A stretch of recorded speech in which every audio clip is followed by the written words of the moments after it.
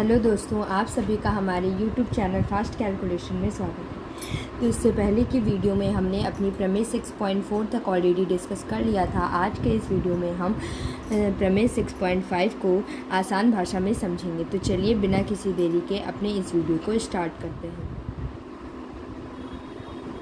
प्रमेय 6.5 में दिया गया है, यदि एक तिर्यक रेखा दो रेखाओं को इस प्रकार प्रतिच्छेद करे कि तिर्यक रेखा के एक ही ओर के अंतः कोणों का एक युग्म संपूरक है, तो दोनों रेखाएं परस्पर समांतर होती हैं। हमें ये चीज़ प्रूव करनी है। बोला जा रहा है एक तिर्यक रेखा है जो कि दो रेखाओं को इस प्रकार प्रतिच्छेद करती है।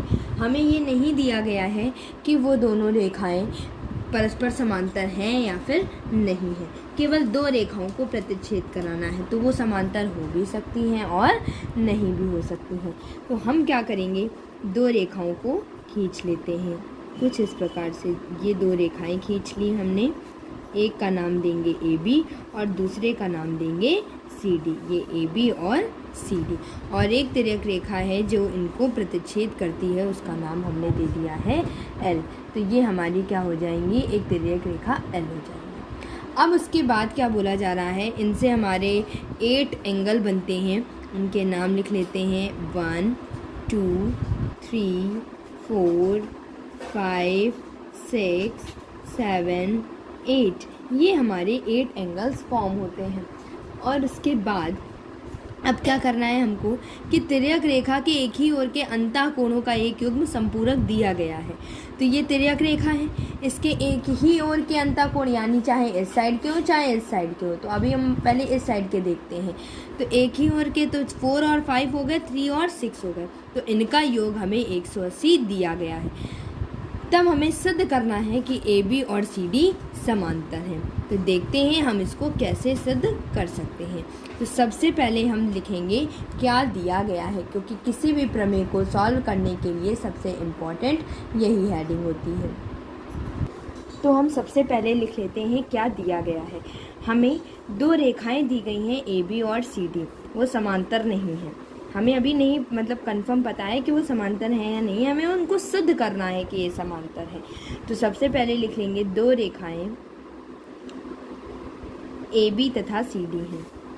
AB तथा CD हैं, जिनको एक तिर्यक रेखा L प्रतिच्छेद करती है। जिनको एक तिर्यक रेखा L प्रतिच्छेद करती है।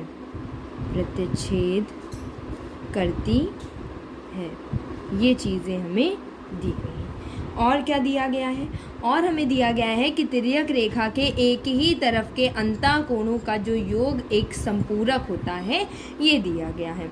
तो इसका मतलब है कि एंगल 4 प्लस एंगल 5 बराबर दिया गया है 180 डिग्री। ये हमें दे दिया गया है। अब हमें सिद्ध करना है कि दोनों रेखाएं समांतर हैं। तो यहाँ पर लिख लेते हैं हेडिंग कि हमें सिद्ध क्या करना है। सिद्ध करना है।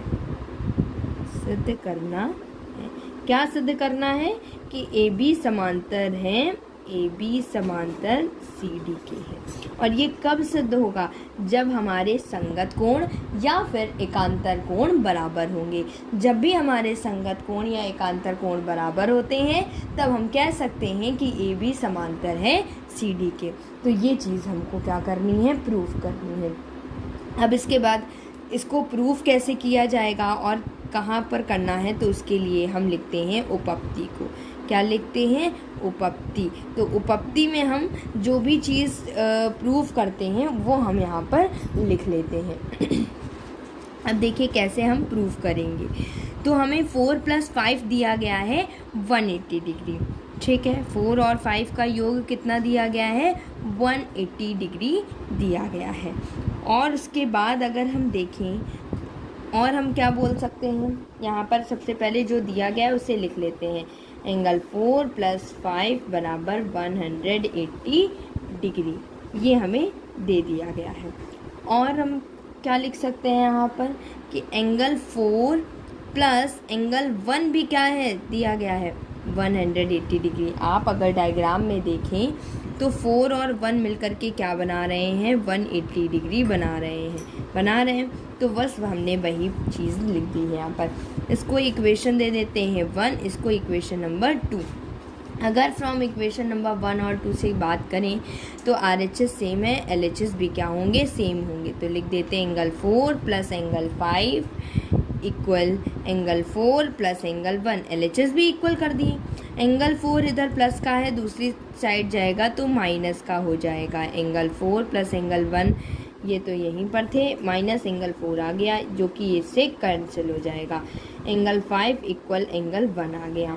तो अगर आप गौर से देखें चित्र में, एंगल 1 और एंगल 5 क्या है, हमारे संगत कोण हैं। तो संगत कोण जब बराबर होते हैं अतः हम बोल सकते हैं, चूँकि संगत कोण बराबर हैं अतः आप क्या बोल सकते हैं, आप बोल सकते हैं कि रेखाएं AB तथा CD समांतर होंगी। चूँकि संगत कोण बराबर हैं, लास्ट में लिख देंगे चूँकि संगत कोण बराबर हैं अतः AB समांतर CD होगा, AB समांतर CD होगा। ठीक है, ये चीज़ हमने लिख दी। तो ये हमारे प्रमेय 6.5 का प्रूवमेंट था। आशा करती हूँ कि आपको प्रमेय 6.5 आसानी से समझ में आ गई होगी। फिर भी आपको इससे रिलेटेड कोई भी डाउट है तो आप हमसे कमेंट सेक्शन में पूछ सकते हैं। अगर आपके लिए वीडियो हेल्पफुल रहा हो तो आप हमारे चैनल फास्ट कैलकुलेशन को लाइक करें, शेयर करें और सब्सक्राइब करें ताकि आगे आने वाले सारे नोटिफिकेशन सबसे पहले आप तक पहुँच सकें। Thank you.